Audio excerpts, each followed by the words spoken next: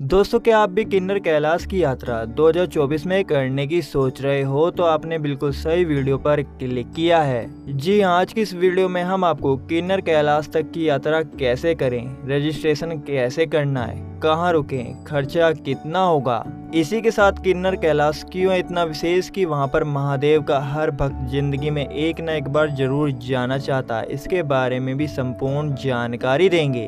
तो चलिए बिना देरी करिए शुरू करते हैं। दोस्तों, सबसे पहले आपको किन्नर कैलाश का महत्व और विशेषता बताते हैं। दोस्तों, किन्नर कैलाश हिमाचल प्रदेश के किन्नौर डिस्ट्रिक्ट के तंगलिंग गांव के पास स्थित है। यहाँ पर जो शिवलिंग रूपी पहाड़ है वो 79 फुट ऊंचा है, जिसे त्रिशूल जैसी दिखने वाली चट्टान पर सावधानी से संतुलित किया गया है। ये किन्नर कैलाश पर्वत दिन में कई बार रंग बदलता है, जैसे सूर्योदय से ठीक पहले सफेद, सूर्योदय के ठीक बाद पीला, सूर्यास्त के समय लाल और रात होने से ठीक पहले काला हो जाता है।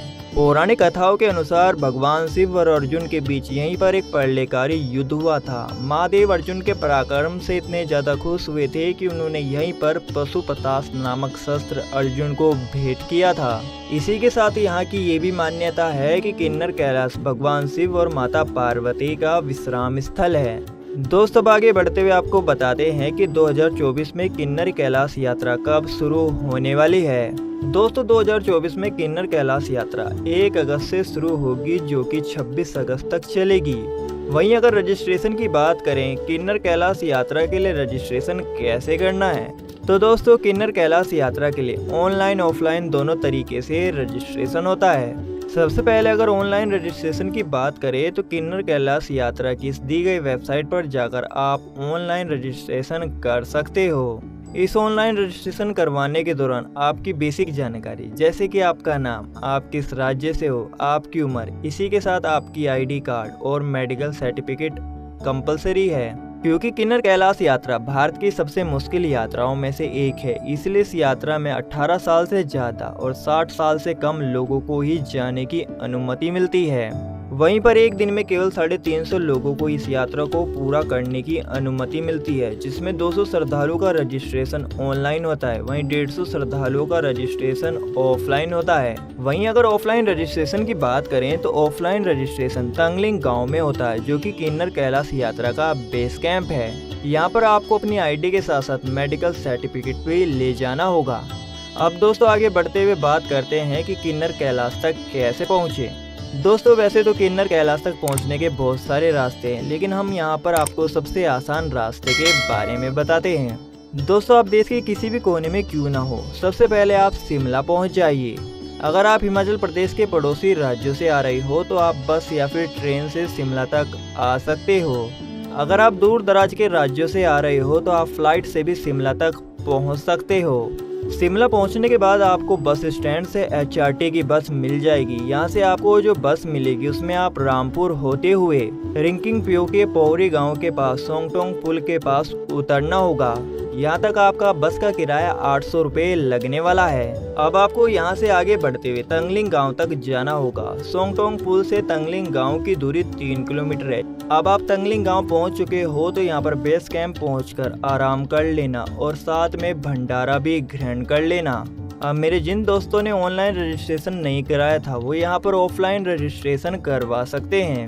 अब दोस्तों, तंगलिंग गांव से ही किन्नर कैलाश तक की 19 किलोमीटर की पैदल यात्रा शुरू हो जाती है।